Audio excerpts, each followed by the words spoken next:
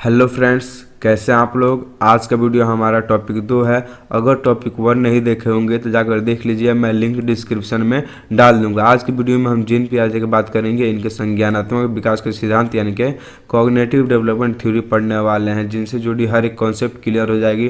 तो चलिए दोस्तों, वीडियो को शुरू करते हैं। और सबसे पहले हम बात करते हैं जीन पियाजे को।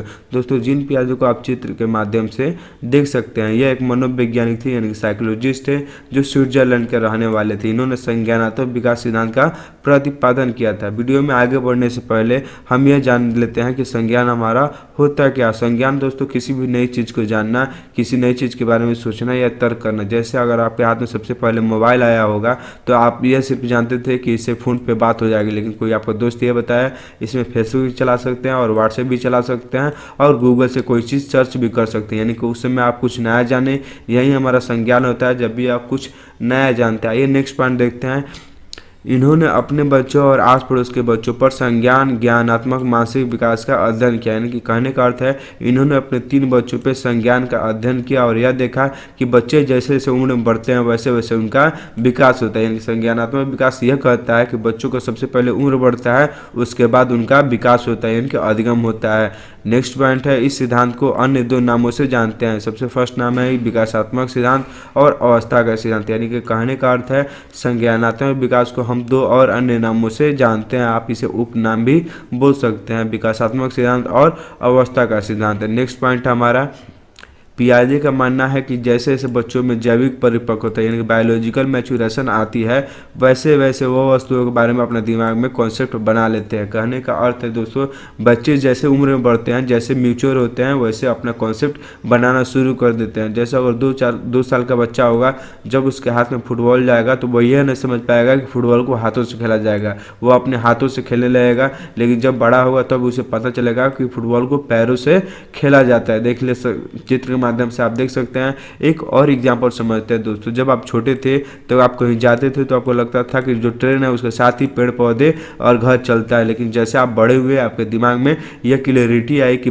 पेड़ पौधे वहीं रहते हैं, सिर्फ ट्रेन चलता है। यानी जैसे आपका उम्र बढ़ता है वैसे आपका कॉन्सेप्ट क्लियर होता है। आप जब मैच्योर हो गया तब अपने आप आपका कॉन्सेप्ट क्लियर होते जाता है। नेक्स्ट एक डिफिनेशन बहुत ही महत्वपूर्ण है, क्योंकि यह डिफिनेशन जीन पियाजे का मुख्य बात है। कहता है कि जीन पियाजे असल में बच्चों को क्या मानते थे। देखिए दोस्तों, जीन पियाजे बच्चों को सक्रिय मानते थे, यानी कि एक्टिव मानते थे। वो मानते थे कि बच्चे जो होते हैं वो अपनी ज्ञान का निर्माण खुद करते थे, इसलिए उन्होंने बच्चों को नन्हे वैज्ञानिक कहा है।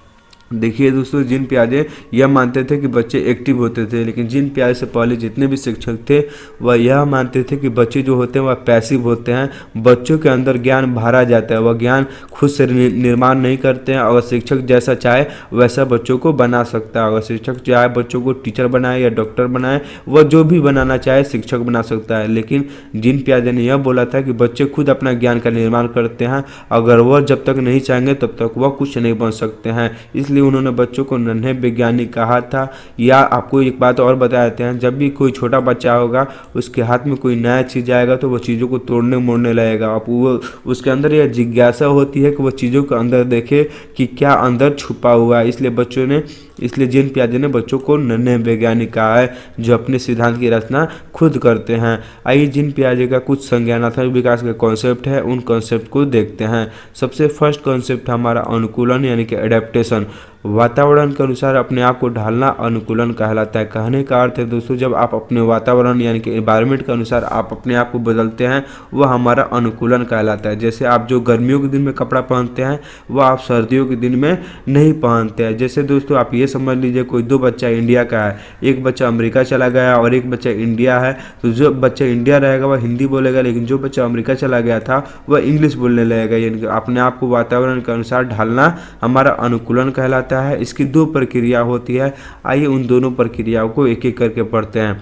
सबसे फर्स्ट प्रक्रिया होता है आत्मसातकरण यानी कि एसिमिलेशन। सेकंड प्रक्रिया होता है समायोजन यानी कि एकोमोडेशन। आप इन नामों को इंग्लिश में याद करने की कोशिश कीजिएगा, क्योंकि हिंदी नाम इसका चेंज होते रहता है। देखिए दोस्तों, आत्मसातकरण का परिभाषा देखते हैं। पूर्व ज्ञान में नए ज्ञान के साथ जोड़ना आत्मसरण कहलाता है। यानी कि जब भी आप प्रीवियस नॉलेज में कुछ नया ऐड करते हैं, कुछ नया जोड़ते हैं, वह हमारा आत्मसातकरण कहलाता है। जैसे कोई छोटा बच्चा हो, सबसे पहले वो ब्लैक डॉग देखा था जिसकी 4 पैरें थी और वह भौंकता था, लेकिन कुछ दूर जाने के बाद वह यह वाइट डॉग देखा, उसकी भी 4 पैरें थी, वह भी भौंकता था। वह अपने ज्ञान में एक नया चीज़ ऐड किया। जो डॉग होता है वो ब्लैक भी हो सकता है और वो वाइट भी हो सकता है। यानी जब आप अपने दिमाग में कुछ नया ऐड करते हैं, नया जोड़ते हैं, वह हमारा आत्मसातकरण होता है। आप आसान तरीके से ये समझ लीजिए, अपने प्रीवियस नॉलेज में कुछ नया ऐड करना हमारा आत्मसातकरण कहलाता है। नेक्स्ट है हमारा समायोजन यानी कि एकोमोडेशन। पूर्व ज्ञान में परिवर्तित करके वातावरण के साथ तालमेल बिठाना समायोजन कहलाता है। यानी कि जब आप अपने पूर्व नॉलेज में मॉडिफाई करते हैं, कुछ चेंजिंग करते हैं, उसे हम समायोजन कहलाते हैं। जैसे दोस्तों छोटा बच्चा था, वह सिर्फ यह जानता था कि 4 पैरों वाला एक कुत्ता होता है, लेकिन वह जब पहली बार बिल्ली देखेगा तो उसकी भी 4 पैरें होगी, उसकी भी एक पूंछ होगी, उसकी भी दुकान, लेकिन वह वातावरण के साथ तालमेल बैठाएगा और यह जानेगा कि 4 पैर वाला सिर्फ कुत्ता नहीं होता है, बिल्ली भी हो सकती है, शेर भी हो सकता है। यानी कि जब अपने प्रीवियस नॉलेज को कुछ उसमें तालमेल करेगा, यानी वातावरण के साथ समायोजन करेगा, कुछ उसमें मॉडिफाई करेगा, चेंजिंग करेगा, वह हमारा समायोजन होता है। आइए दोस्तों नेक्स्ट देखते हैं साम्य धारण या संतुलन, इक्विलिब्रेशन। इसके द्वारा बच्चा आत्मसातकरण और समायोजन की प्रक्रियाओं के बीच संतुलन कायम रखता है। कहने का अर्थ है दोस्तों, बच्चा कुछ नया देखा, ऐड किया, उसके बाद कुछ नया देखा, उसमें चेंजिंग किया। जब ये प्रक्रिया होती है, इसके बीच में जो प्रोसेस होती है, इसमें अपना संतुलन कायम रखना हमारा साम्य धारण या इक्विलिब्रेशन कहलाता है। नेक्स्ट पॉइंट है हमारा स्कीमा, यानी शरीर के द्वारा की जाने वाली एक्टिविटी जो माइंड से जुड़ी है। यानी दोस्तों जो आप कार्य अचानक करते हैं, जो आपके माइंड से जुड़ा हुआ है, उसे हम स्कीमा कहते हैं। जैसे आपके सामने कोई सांप आ जाए तो आप अचानक जो रिएक्शन देंगे वो हमारा स्कीमा होगा। यानी कि आपके माइंड में जो है अचानक जो बिना सोचे समझे रिएक्शन आ जाता है। जैसे एक छोटी बच्ची है, उसे आइसक्रीम दीजिएगा तो अचानक उसे आइसक्रीम को चाटने लगेगी, क्योंकि माइंड जो आइसक्रीम चाटना है उसको स्कीमा में बैठा हुआ है। अगर आप सलमान खान को देख पहचान लेते हैं तो आपके स्कीमा में सलमान खान कहीं ना कहीं बैठा हुआ है। जैसे छोटी बच्चा बॉल पकड़ता है, आइसक्रीम चूसता है, ये सभी स्कीमा में उसके पहले से बैठा हुआ है। एक बार कहीं देखी होगी, उसके बाद वह याद रहता है। अब आइए दोस्तों VVI पॉइंट पढ़ते हैं, बहुत इंपॉर्टेंट पॉइंट है, आप इस पर VVI लगा लीजिएगा। पियाजे का 4 स्टेजेस होता है, उन चारों स्टेजेस को पढ़ते हैं। ये संज्ञानात्मक विकास के 4 स्टेजेस हैं। यहाँ से हमारे एग्जाम में बहुत प्रश्न पूछता है, लगभग 3 या 4 नंबर का प्रश्न तो यहीं से पूछता है। ये देखते हैं सबसे फर्स्ट स्टेज संवेदी पेशीय अवस्था, सेंसरी मोटर स्टेज। सबसे पहले हम नाम को देख लेते हैं, उनके बाद एक एक करके देखेंगे डेफिनेशन। संवेदी पेशीय अवस्था यानी कि सेंसरी मोटर स्टेज जो जन्म से 2 वर्ष का होता है। नेक्स्ट है पूर्व संक्रियात्मक अवस्था यानी कि प्री ऑपरेशनल स्टेज जो 2 से 7 वर्ष का होता है। नेक्स्ट है मूर्त संक्रियात्मक अवस्था यानी कि कॉन्क्रीट ऑपरेशनल स्टेज जो 7 से 11 वर्ष का होता है। नेक्स्ट औपचारिक संक्रियात्मक अवस्था यानी कि फॉर्मल ऑपरेशन एज जो 11 से 15 वर्ष का होता है। एक बात नोट कर लीजिए दोस्तों, जिन पियाजे यह मानते थे कि बच्चों का उम्र 14 से 15 साल तक जितना विकास होता है उतना विकास हो जाता है, यानी कि लास्ट वह 15 साल तक यह मानते थे कि बच्चों का विकास हो जाता है, इसलिए उन्होंने 4 स्टेज में अंतिम उम्र 15 वर्ष तक का जिक्र किया है। दोस्तों इस स्टेज को याद करने का ट्रिक भी है, SPCF से आप याद कर सकते हैं। ये ट्रिक है, ये शॉर्टकट नाम है आपके याद करने के लिए। S मतलब सेंसरी मोटर, P मतलब प्री ऑपरेशनल स्टेज, C मतलब कॉन्क्रीट, F मतलब फॉर्मल ऑपरेशनल स्टेज। ये दोस्तों 4 नाम को याद करने का ट्रिक है। आइए हम इस चारों नामों को एक एक करके समझते हैं। सबसे फर्स्ट नाम है हमारा संवेदी पेशीय अवस्था यानी कि सेंसरी मोटर स्टेज जो जन्म से 2 वर्ष का होता है। दोस्तों इसमें मुख्य पॉइंट हम जो होता है उन सभी पॉइंट को एक एक करके पढ़ेंगे, लेकिन जब आप पॉइंट पढ़िएगा तो आप अपने दिमाग में एक बात रखिएगा कि हम जन्म से 2 वर्ष के बच्चों का अवस्था पढ़ रहे हैं। देखिए दोस्तों, इस अवस्था में बच्चे अपने ज्ञानेंद्रियों के माध्यम से सीखता है। कहने का अर्थ है दोस्तों, ज्ञानेंद्रियाँ हमारी 5 होती है, आपको पता होगा, आँख, कान, नाक, जीभ, त्वचा, ये हमारी 5 ज्ञानेंद्रियाँ होती हैं।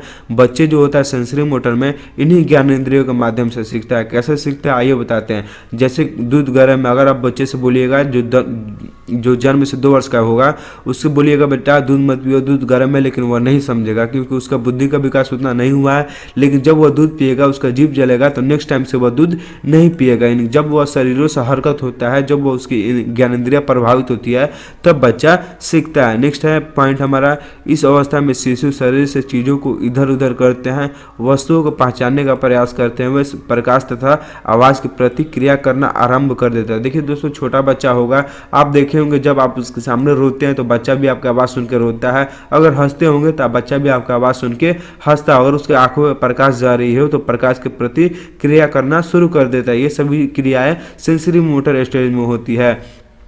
इस अवस्था में का बालक किसी भी वस्तु को देखना, पकड़ना, चूसना, दांतों से काटना आदि क्रियाएं स्वाभाविक करता है। देखिए दोस्तों, किसी भी चीज़ को देखना, जैसे अपनी मम्मी पापा को देखना, कोई बॉल या खिलौना जाए तो हाथों से पकड़ेगा, कोई रिमोट या मोबाइल हाथ दांतों से चूसना काटने लगेगा, ये सभी क्रियाएं जो होती है वह स्वाभाविक होती है, यानी नेचुरल होती है। प्रयास एवं त्रुटि के आधार पर परिस्थितियों को समझने का प्रयास करता है, यानी कि गलती और बार बार गलती और बार बार कोशिश करके वह चीज़ों को सीखता है। जैसे कोई बच्चा होगा, घर पे सीढ़ी होगी, उस सीढ़ी पर बार बार चढ़ता होगा, बार बार गिरता होगा, बार बार रोता होगा, लेकिन वो चढ़ना नहीं छोड़ता होगा, यानी कि बार बार प्रयास करता है, बार बार विफल होता है, लेकिन वो अपना कोशिश जारी रखता है, यानी कि वह प्रयास एवं त्रुटि के माध्यम से सीखता है। एक और पॉइंट इंपॉर्टेंट हम लिख देते हैं, आपके रिविजन में काम आएगा।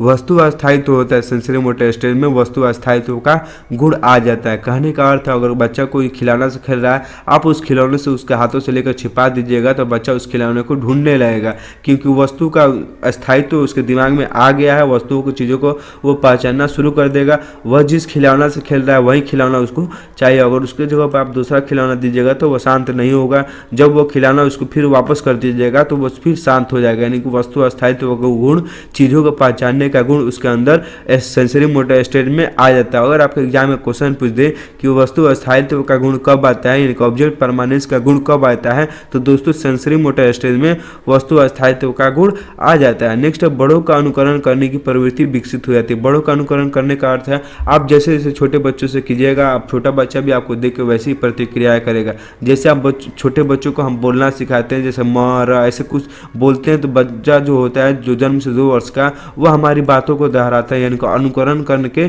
सीखने की कोशिश करता है। दोस्तों, हमारा सेंसरी मोटर स्टेज में यही पॉइंट इंपॉर्टेंट था। अब नेक्स्ट हम स्टेज पढ़ते हैं पूर्व संक्रियात्मक अवस्था, यानी कि प्री ऑपरेशनल स्टेज, जो जन्म से जो दोस्तों 2 से 7 वर्ष का होता है। आइए इस स्टेज का कुछ मुख्य पॉइंट को पढ़ते हैं। यह क्रिया करने से पहले की अवस्था है। इसमें बच्चा सामने आने वाली चीज़ों को देख पाएगा, समझ पाएगा, लेकिन कोई क्रिया नहीं कर पाएगा। कहने का अर्थ है, ये दोस्तों क्रिया यानी कार्य करने के, सोचने समझने से पहले की स्टेज है।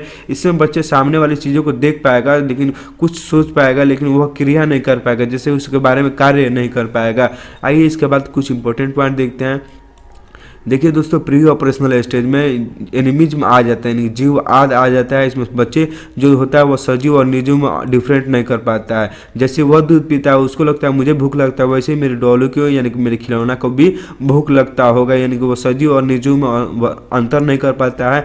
जैसे वो और कोई पलंग से नीचे गिर जाए तो उसकी मम्मी पलंग को भी पीटती है तो वह शांत हो जाता है, उसको लगता है जैसे मुझे चोट लगा है वैसे मेरे पलंग को भी चोट लगा होगा, यानी कि उसमें जीवात की कमी होती है, आप ऐसे समझ सकते हैं।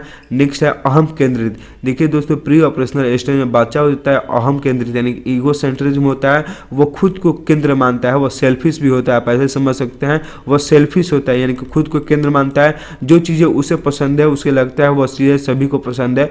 अगर बच्चों को आइसक्रीम पसंद है तो उसे लगेगा सभी दुनिया को आइसक्रीम पसंद है, और उसे लगेगा, आइए डिफिनेशन पढ़ते हैं तो और समझते हैं।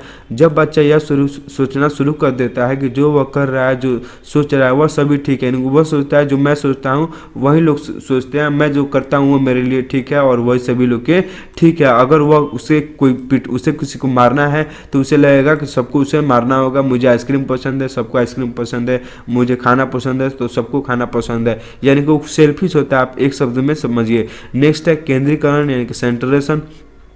जब बच्चा किसी वस्तु की सारी विशेषताओं को छोड़कर केवल एक विशेषता पर ध्यान देता है, यानी कि देखिए दोस्तों, अगर बच्चों के हाथ में मोबाइल जाएगा तो उसके मोबाइल में बहुत विशेषताएं होंगी, आपको मालूम होगा, लेकिन बच्चा ये समझता है सिर्फ इसमें गेम खेला जा सकता है, लेकिन वह सारी विशेषताओं को छोड़कर सिर्फ एक विशेषता पे फोकस करता है कि इसमें गेम खेला जा सकता है। नेक्स्ट है अपलटावी का कमी होता है दोस्तों। इसमें बच्चा वस्तुओं, संख्याओं, समस्याओं को आदि को उलटना पलटना नहीं सीखता है, यानी जो चीज़ों को उलट पलट के वह नहीं समझता है। घर से दुकान जा सकता है लेकिन दुकान से घर वापस नहीं आ सकता है। 6+4 4+6 10 होता है, यह बता सकता है, लेकिन 10 कितने जोड़ने से होता है यह नहीं बता सकता है। जैसे दोस्तों 1 लीटर पानी है, ठीक है, उसे 2 बराबर बोतल में रखा जाएगा तो वो बता देगा दोनों बराबर है, लेकिन एक पतला में सेम पानी आधा रखेगा 50% और 50% छोटा मग में रखा जाएगा, तो बस लंबाई देख के वह सीक्वेंस नहीं समझ पाएगा दोस्तों। वह ये नहीं समझ पाएगा कि यह बोतल पतला है इसलिए इसमें लंबा दिख रहा है,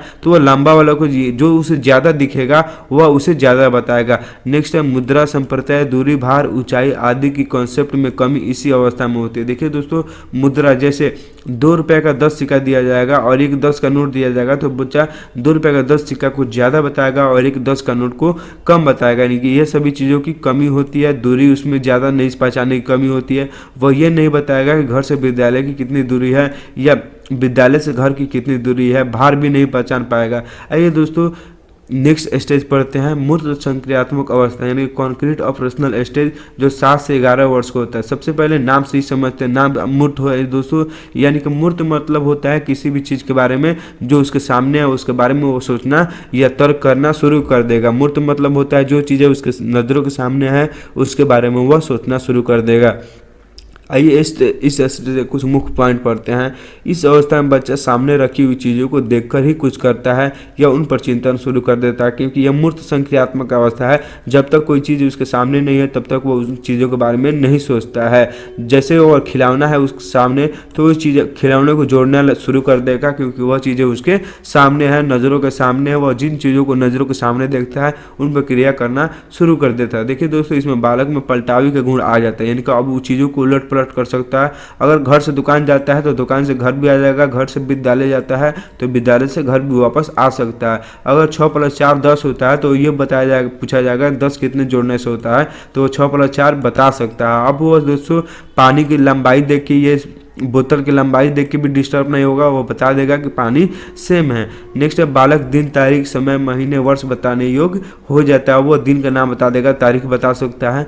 बालक लंबाई, चौड़ाई, वजन, तरल तथा तत्व के संरक्षण से संबंधित समस्याओं का समाधान कर लेता है। बालक अनेक तार्किक क्रियाएं यानी कि तर्क करना शुरू कर देता है। वो मम्मी पापा के बारे में तर्क करेगा, वो फिल्म मूवी देखेगा, कार्टून देखेगा, अलग अलग चीज़ें के बारे में तर्क करना शुरू कर देता है। वस्तु की लंबाई वजन के अनुसार उनको क्रम में लगा सकता है। देखिए दोस्तों, ये सीक्वेंस में है। छोटा बच्चा ये बता देगा जो मूर्त संक्रियात्मक अवस्था में होगा, जो 7 से 11 वर्ष का होगा, ये बता देगा कि सीक्वेंस कैसा होगा। छोटा चीज़ आगे होगी, बड़ी चीज़ आगे पीछे होगी, उससे बड़ी उसके पीछे होगी। जैसे प्रार्थना में छोटे बच्चे खड़ा होते हैं, एक एक करके छोटा बड़ा बड़ा बड़ा, ये सीक्वेंस वो बैठा सकता है। भाषा एवं संप्रेषण योग्यता का विकास हो जाता है। भाषा वो अपनी भाषा जो मातृभाषा होती है, मातृभाषा बोलने लगता है और उसमें फ्लुएंटी आ जाती है। नोट है दोस्तों, इस नोट को देख लेते हैं। इस अवस्था में अपलटावी, जीववाद, मुद्दा, भार आदि की कॉन्सेप्ट का गुण आ जाता है। देखिए दोस्तों, जो पूर्व संक्रियात्मक अवस्था था इस सभी चीज़ों को कमी थी इसमें। आप एक बात नोट कीजिए, पूर्व संक्रियात्मक अवस्था में इन सभी चीज़ों की कमी थी, लेकिन मूर्त संक्रियात्मक में यह सभी गुण आ जाता है। नेक्स्ट है इंडक्टिव रीजनिंग, ये मूर्त संक्रियात्मक का ही भाग है दोस्तों। यह भी इसी अवस्था में आता है, यानी जब उदाहरण के ऊपर आधारित होकर तर्क करना शुरू कर देगा। यानी जो चीज़ें उसके सामने है और उसको एग्जाम्पल बताया जाएगा तो वो उस पर तर्क करना शुरू कर देगा। अगर ये पूछा जाएगा कि ऑक्सीजन पेड़ हमें ऑक्सीजन देता है तो बता देगा कि पेड़ हमें ऑक्सीजन देता है, क्यों देता है, कैसे देता है, वो सभी चीज़ों को बता देगा दोस्तों। आइए नेक्स्ट स्टेज पढ़ते हैं, औपचारिक संक्रियात्मक अवस्था। ये हमारा लास्ट स्टेज है, 11 से 15 वर्ष का होता है, आपको पहले से बता दिए हैं। बालक में अमूर्त चिंतन, अमूर्त चिंतन के बारे में ये बता देते हैं। अमूर्त चिंतन वह होता है जो चीज़ें उसको नज़रों के सामने नहीं है उसके बारे में भी वो सोचना शुरू कर देगा। मूर्त संक्रियात्मक में बच्चे जिन चीज़ों के सामने है, जो चीज़ें उनके नज़रों के सामने उनके बारे में सोचना शुरू करता है, लेकिन औपचारिक में जो चीज़ें उसके नज़रों के सामने नहीं है उसके बारे में भी सोचना शुरू कर देता है। बालक में सभी प्रकार के संप्रदाय कॉन्सेप्ट की समुचित विकास हो जाता है। अब वो ये नहीं बताएगा जो ट्रेन है उसके साथ ही पेड़ पौधा चलता है, उनके सभी कॉन्सेप्ट का विकास हो चुका है। इस अवस्था में बालक में परिकल्पना था, यानी कि एक चीज़ से कनेक्ट करके अलग अलग चीज़ों के बारे में सोचना शुरू कर देगा। जैसे मोबाइल है, उस मोबाइल में कितना फंक्शन होता है, ये सभी चीज़ें बता देगा। एक चीज़ों से अलग अलग चीज़ों को कॉन्सेप्ट बनाना शुरू कर देगा।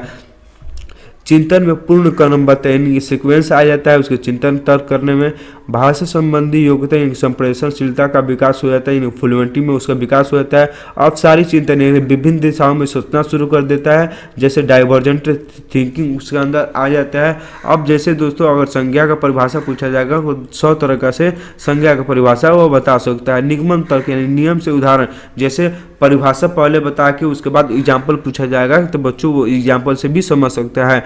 समस्या समाधान योग्यता का भली प्रकार विकास होता है। अब वो समस्या समाधान खुद से कर सकता है। ये दोस्तों नोट है, पढ़ते हैं, एक एक नोट इंपॉर्टेंट है। बालकों के अध्ययन के लिए उचित वातावरण तैयार करना चाहिए। जिन पियाजे यह मानते थे कि बालकों के अध्ययन के लिए हमें उचित वातावरण यानी कि इन्वायरमेंट तैयार करना चाहिए। बच्चों को जैसा इन्वायरमेंट मिलेगा बच्चों का विकास भी वैसा होगा।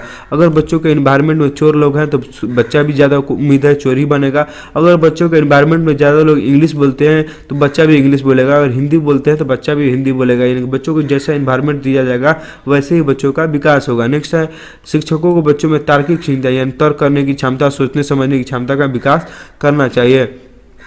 बच्चों को गलती करने उन्हें उसे स्वयं सुधारने का पर्याप्त अवसर देना चाहिए। कहने का अर्थ है दोस्तों जब बच्चे गलती करते हैं तो जिन पियाजे इसे सही मानते हैं, जिन पियाजे ये बोलते हैं कि बच्चे अपनी गलतियों से सीखते हैं इसलिए उन्हें गलती करने से डांटना नहीं चाहिए और वह गलती करते हैं तो उन्हें स्वयं सुधारने का मौका देना चाहिए। शिक्षकों को प्रयोगात्मक यानी उन्हें बार बार एक्सपेरिमेंट करना चाहिए। प्रयोगात्मक शिक्षा एवं व्यवहारिक शिक्षा पर या सामाजिक डेवलपमेंट पर विकास जोर देना चाहिए। पियाजे के अनुसार संज्ञानात्मक या मानसिक विकास निरंतर यानी कंटिन्यू चलते रहता है। संज्ञानात्मक विकास उसमें सोचने समझने का विकास कंटिन्यू, बुद्धि का विकास कंटिन्यू होते रहता है।